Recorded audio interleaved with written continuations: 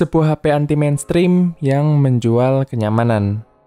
Halo semuanya, Assalamualaikum, kembali lagi di Tren Gadget. Dan ini adalah Google Pixel 4a. Ini adalah Google Pixel 4a, sebuah HP keluaran Google di kelas mid-range terbaru menggantikan Google Pixel 3a series. Sesuai kelasnya, HP ini jelas nggak menawarkan banyak fitur flagship. Contohnya di bagian desain, yang masih pakai build plastik. Bodi plastik tentunya terasa lebih murah, lebih jelek, dan nggak bisa buat pamer. Itulah prasangka saya sebelum pegang HP ini. Tapi, siapa sangka Pixel 4a ini malah bisa bikin nyaman banget pas dipegang. Finishing plastik di HP ini sama sekali nggak terasa murah, kelihatan banget digarap dengan presisi dan nggak asal-asalan. Feel-nya kerasa keset dan empuk kayak semacam feel bahan karet. Handlingnya juga pas banget karena ukurannya yang cukup mungil. Hal yang paling bikin saya betah ada di tombol power dan volume, yang kerasa tactile dan clicky banget. Pengalaman kayak gini rasanya belum pernah saya temukan di smartphone lain selama ini. Karena bodinya mungil, pastinya berdampak juga pada layar. Panel layar Pixel 4a cuma seluas 5,8 inch, yang buat sebagian orang mungkin kerasa kecil di zaman sekarang. Meski begitu, tipe layar OLED beresolusi Full HD Plus di HP ini kerasa enak banget pas dilihat. Dan nggak ada masalah dengan punch hole kecil di bagian atas layar tempat nampung kamera depan. Pemakaian indoor ataupun outdoor terasa dimanjakan oleh layarnya. Apalagi dengan panel OLED, memakai dark mode lebih kerasa pekat pada warna hitam, dan tentu bisa lebih hemat baterai. Sudah pasti karena keluaran Google, Pixel 4a pakai OS Android stock yang nggak ditambahi bumbu macem-macem. Nggak akan kita temui aplikasi sampah atau bloatware di sini, apalagi iklan. Ya memang kalau user interface pure Android gini, nggak akan punya fitur kayak UI brand lain sih. Tapi fitur-fitur esensial seperti always on display, swipe bernotifikasi pakai fingerprint, atau rest to wake sudah ada di sini. Oh ya, di Pixel 4a ini nggak ada face unlock, jadi keamanan terpraktisnya adalah pakai fingerprint sensor. Salah satu hal yang saya kagum dengan HP ini adalah kualitas sound-nya. Berbekal sistem dual speaker stereo, warna suara dari HP ini bagus banget menurut saya. Bahkan bisa saya bilang salah satu yang paling bagus dari semua HP yang pernah saya coba di kelas mid-range. Bassnya terasa deep dan bulat, namun suara tiap instrumen dalam lagu tetap terdengar clear.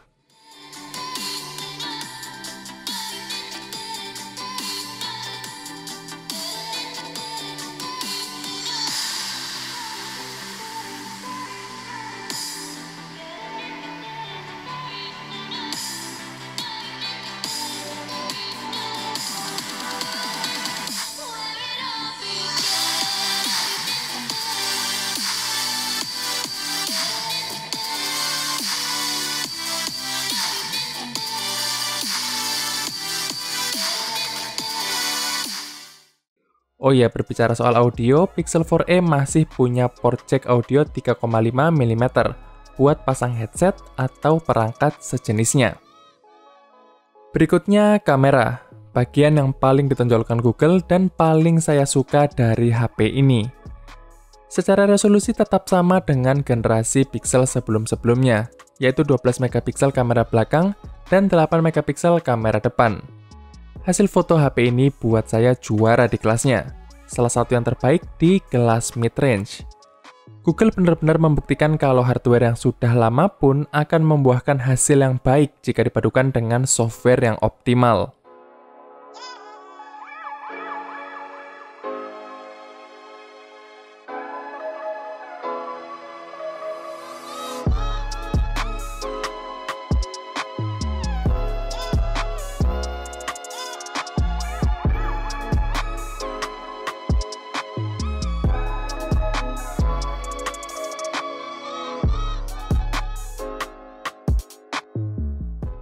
Untuk perekaman video kamera belakang maksimal adalah 4K 30 fps, sedangkan di kamera depan maksimal 1080p 30 fps.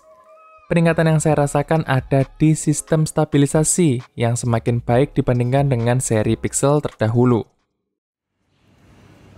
Oke, ini adalah hasil dari Google Pixel 4a di resolusi Full HD 30 fps.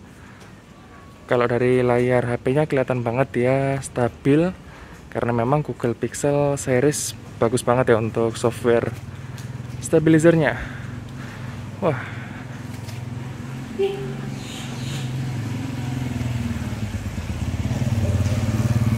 Untuk dynamic range-nya juga bagus, warna gambarnya juga akurat dan natural menurut saya, nggak terlalu lebay atau over sharpness gitu. Untuk kualitas suaranya bisa kalian nilai nanti setelah tayang reviewnya, karena saya juga nggak bisa denger suaranya sekarang gimana.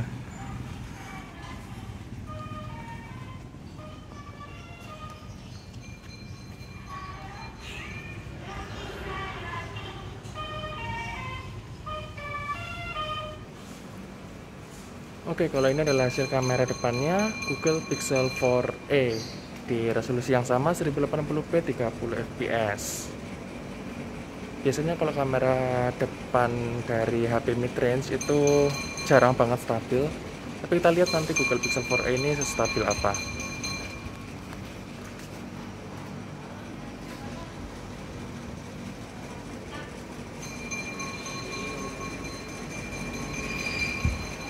Coba jalan cepet. Yap, kayak gitu hasilnya. Kalau kita buat vlogging harusnya dari segi warna juga udah bagus, dan dari segi view angle-nya juga udah luas gitu. Soal ketahanan baterai, Pixel 4a sudah lebih dari cukup dengan pola penggunaan saya sehari-hari. Walaupun kapasitasnya cuma 3140 mAh, di mana itu jauh lebih kecil daripada kebanyakan HP mid-range sekarang, nyatanya HP ini bisa bertahan dari pagi sampai malam tanpa masalah.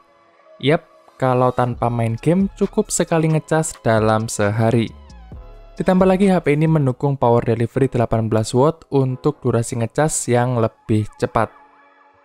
Selain karena saya memang jarang banget main game di HP, spesifikasi Pixel 4a juga bukan yang terbaik buat mendukung aktivitas itu. Snapdragon 730G, RAM 6GB, dan storage 128GB jelas bukan ditujukan buat gamer kelas berat. Tapi saya nggak bisa bilang kalau HP ini nggak kuat buat diajak main game. Pada game PUBG, settingan grafis low dan frame rate ultra masih sangat playable dimainkan di sini. Dan nggak ada isu panas yang mengganggu tentunya. Cuman kalau pengen settingan grafis terbaik rata kanan di sebuah game papan atas, ya sudah pasti HP ini nggak akan cocok.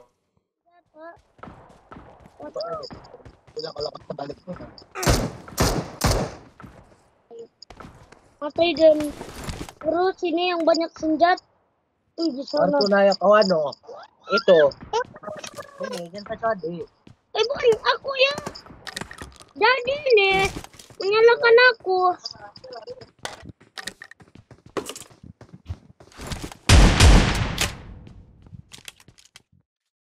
So, dengan harga 7-8 jutaan di marketplace Indonesia, Pixel 4a punya target pasar yang spesifik dan nggak bisa cocok dengan selera semua orang. Untuk para hardcore gamer, pemujaan tutu, serta kaum mendang-mending, Pixel 4a nggak saya rekomendasikan sama sekali karena spesifikasi dan tujuan HP ini memang bukan untuk itu. Apalagi buat orang yang suka banget sama iklan di HP, sayangnya HP ini bebas iklan.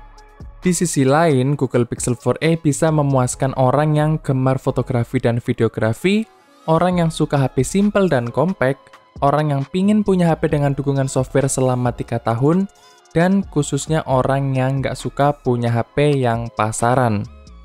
Apakah saya betah pakai Pixel 4a? Well, sampai review ini dibuat, saya masih sangat nyaman menggunakan HP ini.